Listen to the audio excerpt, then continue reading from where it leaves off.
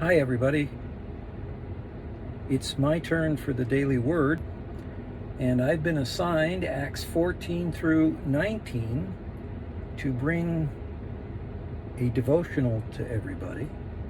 I'm famous for a saying, and this saying may offend you, but I have a saying. If you asked my students, or if you asked my former church, and I went, religious people are, and then you know what they'd say right after that?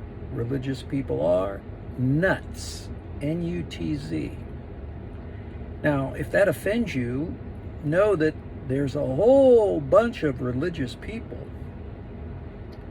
but there are a much smaller group or groups of those who are truly, genuinely born again. And in Acts 14, when we go there, there's many things I could say, but there's one thing that I want to point out is that a man named Paul is on his first missionary journey. If you read chapter 14 in isolation from what is going on in Acts, you may not realize fully the significance of what's going on. Prior to this first missionary journey of Paul, he was known as Saul. Saul was a Pharisaical rabbi, and he was a terrorist. Yes, I just told you what Paul was before he came to know Jesus. He was a jihadist terrorist. Terrorism is nothing new to the Middle East. All groups have participated in it, including Paul as a Pharisaical rabbi. It says in the earlier part of Acts that he was breathing out threats and murder. You're all familiar with what we see on the TV of people being beheaded, of people being killed through terrorism. That was Paul. And the interesting thing about Acts 14 is Paul is out on his first missionary journey to synagogues and to Gentiles, God-fearers. Now that's quite a contrast from Acts 8 and 9, where he's terrorizing the church. The church was absolutely afraid of him, and they mostly consisted of Gentile or Jewish people that were afraid of their fellow Jew Paul because he was a jihadist. He was going to kill any who accepted Yeshua as their Messiah. He hated. That's a sign. Hate is a sign of most likely satanic influence and satanic possession. But something happened to Paul.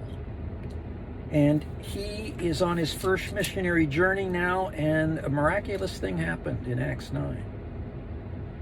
Paul became born again.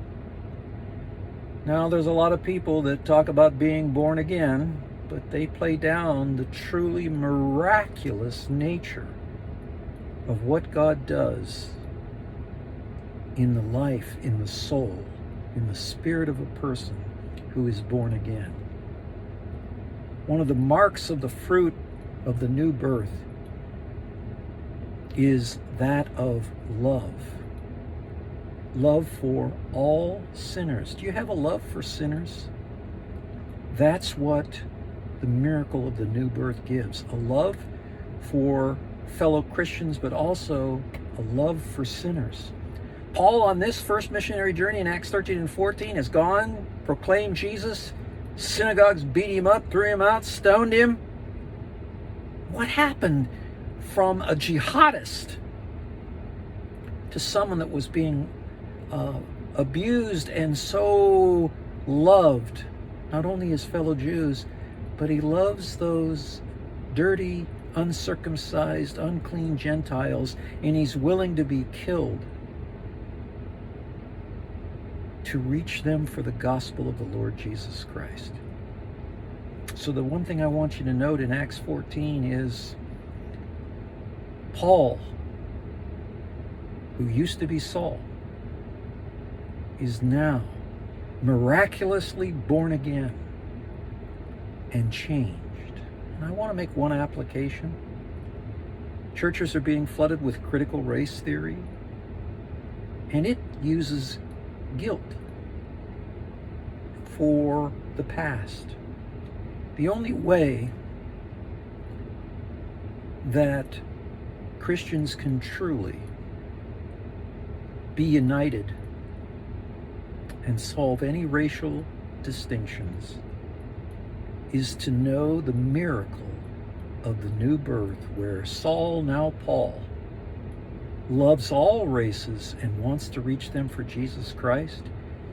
Guilting people with CRT will never solve a thing. But when someone miraculously experiences the new birth, a miracle, God transforms a life from hate and jihad to love. Have you truly been born again? Do you truly have a love of lost sinners? That's a sign of the new birth.